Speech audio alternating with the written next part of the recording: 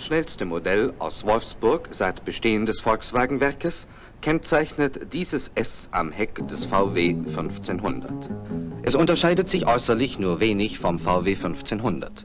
2 zusätzliche Stoßstangenhörner, andere Heckleuchten, seitlich ein bisschen Chrom und eine Parkleuchte und vorne, ja, man muss schon genau hinsehen, um den Unterschied zu bemerken.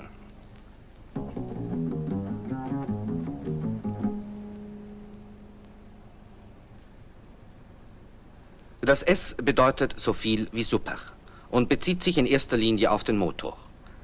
Aus einem Vergaser sind 2 geworden, aus 45 PS 54.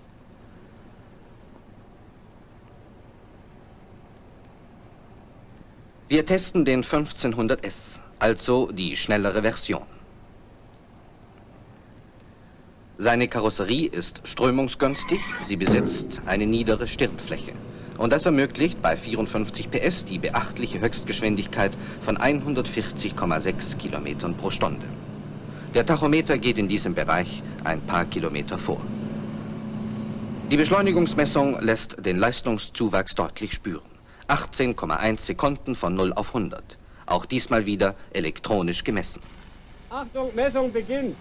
Achtung, fertig, los!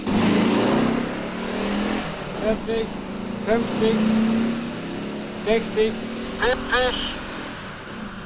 80, 85, 90, 95, 100. Von nichts kommt nichts. Den VW 1500S muss man mit Superbenzin fahren. Wir waren auf den Verbrauch ehrlich gespannt. Der Messtank begleitete uns deshalb über mehrere 100 Kilometer.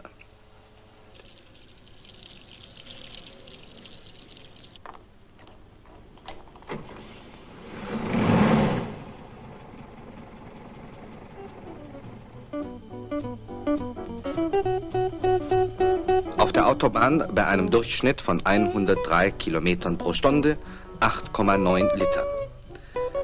Der Weg führt uns durch winklige Dörfer des Schwarzwaldes und über schnelle Verbindungsstraßen. Durchschnitt 68 Kilometer, Verbrauch 9,1 Liter.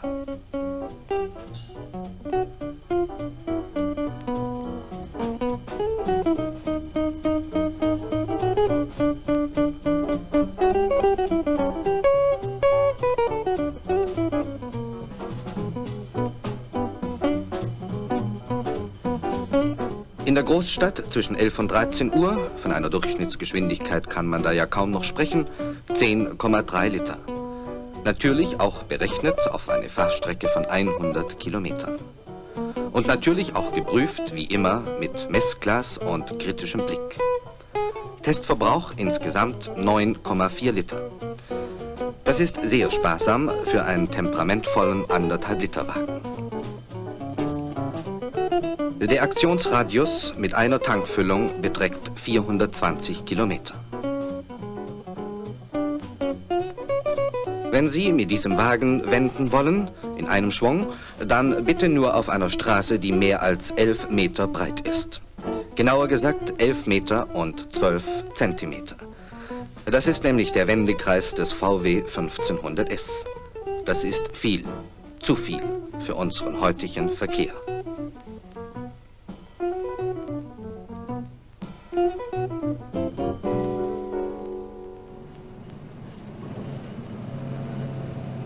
Achtung, eben noch mal gut gegangen. Eine Situation, die sich in jeder Sekunde auf unseren Straßen wiederholt. Wir haben sie deshalb ganz bewusst an den Anfang des sogenannten Wedeltestes gestellt. Der VW 1500S erreicht bei diesem Versuch schon bei 65 Kilometern die Grenze seiner Möglichkeiten. Eine Grenze, die auch dem besten Fahrer gezogen ist. Die Grenze der Sicherheit.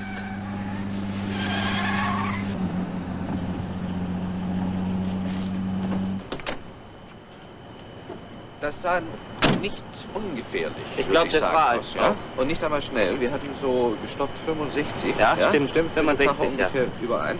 Wahrscheinlich eine Frage von Plus- und Minussturz. Das ist nicht sehr kompliziert. Wir können das vielleicht... Ich zeichne es mal auf am besten.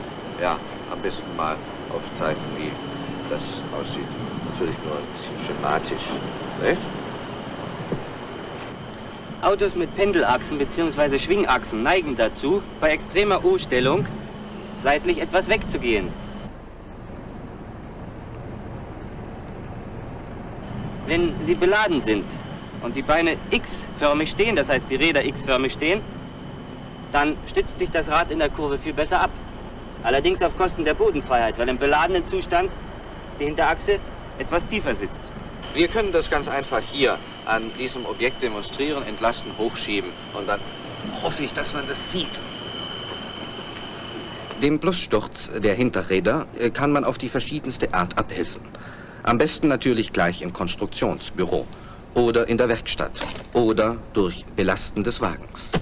4 Sandsäcke und wir haben Minussturz. Die Räder können sich so in der Kurve besser abstützen. Das Wedeln ist nicht der alleinige Maßstab für gute oder schlechte Straßenlage. Aber es ist in jedem Fall ein unbestechliches Kriterium. Man erkennt sehr schnell, ob es sich um ein gutmütiges oder ein bösartiges Auto handelt. Was vorher, mit Plussturz also, bei 65 Kilometern kaum zu schaffen war, geht jetzt auf einmal mühelos mit 90. Ein erheblicher Gewinn an Sicherheit. Die Zeichnung macht den Unterschied noch einmal deutlich. Plussturz gleich O-Bein, Minussturz gleich X-Bein. Noch ein Versuch zum Thema Straßenlage.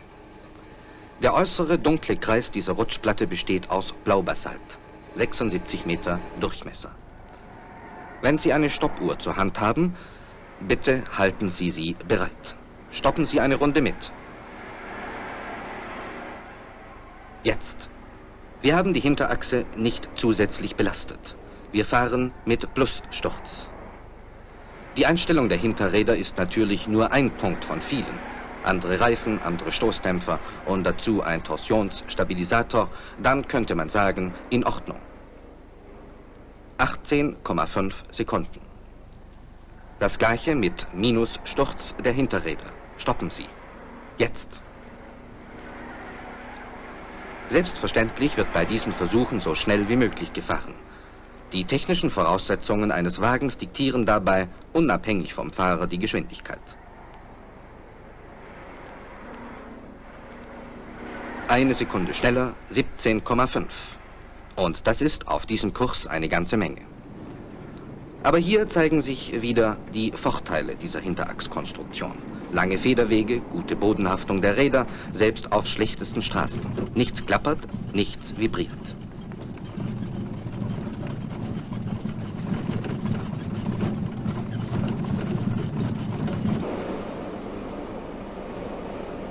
Diese Kurve fahren wir nicht freiwillig. Wind hat uns weggeblasen. 32 Meter lang ist die Front dieser Windmaschine, die uns einen Seitenwind von 100 Kilometern in der Stunde liefert.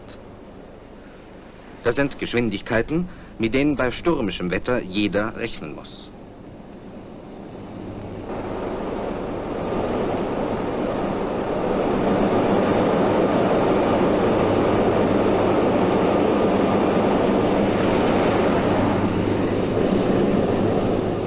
Die Lenkung des Wagens ist bei der Vorbeifahrt im 100-Kilometer-Tempo blockiert. Ein etwas unbehagliches Gefühl, wenn man drin sitzt. Der VW 1500S, sonst robust und solide, entwickelt hier eine Empfindlichkeit, die den üblichen Durchschnitt bei weitem überschreitet. Auch das hat natürlich seine technischen Gründe. Schwerpunktlage, Achslastverteilung, Rollachse und so weiter. Kompliziert, sehr kompliziert. Eine Wissenschaft für sich. Von der Batterie holen wir uns den Strom für den Schießapparat, der beim Bremsen eine Markierung auf die Fahrbahn schießt und damit den entscheidenden Punkt für die genaue Messung liefert.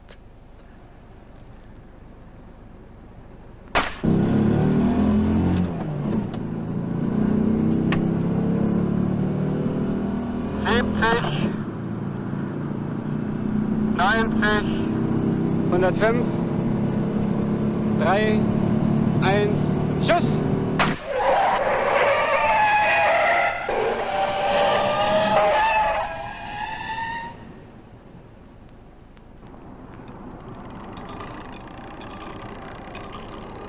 Bei 50 Kilometern schreibt das Gesetz einschließlich der Schrecksekunde 53 Meter vor. 12,38 unsere Messung. Aus 100 Kilometern kommt der VW in 47 Metern und 40 Zentimetern zum Stand. Die Karosserie des Volkswagens 1500 ist sicher ohne modische Akzente gestaltet, macht einen soliden Eindruck. Ob sie zeitlos sein wird, das wird sich erweisen. Dazu ist der Wagen noch etwas zu jung. Ich sagte solide und das stimmt in jedem Fall und man hat schon gleich am Anfang den Eindruck, dass man bei der Ausstattung dieses Wagens doch einiges gedacht hat. Schauen Sie, die Lehne hier ist jetzt verriegelt. Im gleichen Augenblick, da ich die Türe öffne, ist die Verriegelung aufgehoben und zwar durch einen kleinen Mechanismus, der hier unten angebracht ist. Es ist keine Frage, die Sitzposition in diesem Wagen ist recht günstig. Sie wissen ja, man soll nicht so fahren.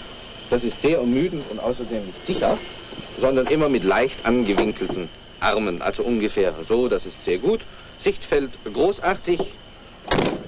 Die Bedienungshebel hier auf der linken Seite sind recht gut angeordnet für den Scheibenwischer, der stufenlos regelbar ist in verschiedenen Geschwindigkeiten und dann auch für das Licht. Der Tachometer, das kombinierte Instrument und die Uhr, sie sind alle recht übersichtlich und im Blickfeld des Fahrers. Wir haben da noch, zum ersten Mal übrigens bei den ganzen 1500er Modellen, eine Frischluftzufuhr, die auch nach allen Gesichtspunkten zu regeln ist. Was uns fehlt, ist ein Zigarettenanzünder. Hier war ganz offensichtlich der Rechenstift des Kalkulators am Werk, ebenso wie bei der Hupe. Sie hören selbst, sie klingt doch relativ kläglich. Hinten die Armlehne, die Fenster ausstellbar, Aschenbecher, Türverriegelung recht praktisch. Die Karosserie ist durchaus zweckmäßig, die Verarbeitung gut. Aber wenn wir schon einmal in diesem Wagen sitzen, dann schauen Sie einmal hier diesen Schalthebel an und diese Schaltung. Das ist nun der dritte Gang, das hier der vierte und wir haben einen Weg von rund 20, vielleicht auch 25 Zentimetern. Die Schaltung müsste in jedem Fall exakter geführt werden, denn für einen nicht geübten Fahrer ist es durchaus möglich, dass er die einzelnen Gänge miteinander verwechselt. Der VW 1500S übersteht eine solche Wasserdurchfahrt mühelos. Man behält hier ebenso trockene Füße wie unter der Sprühanlage. Trotz der großen Serienproduktion ist die Verarbeitung der Karosserie erstklassig. Der 1500S kostet im Jahr an Steuer 216 Mark. Versicherung 286 Mark. Er verbraucht 9,4 Liter auf 100 Kilometer. Wartung 150 Mark. Das ergibt bei jährlich 22.000 Kilometer Fahrtstrecke 8,9 Pfennig pro Kilometer.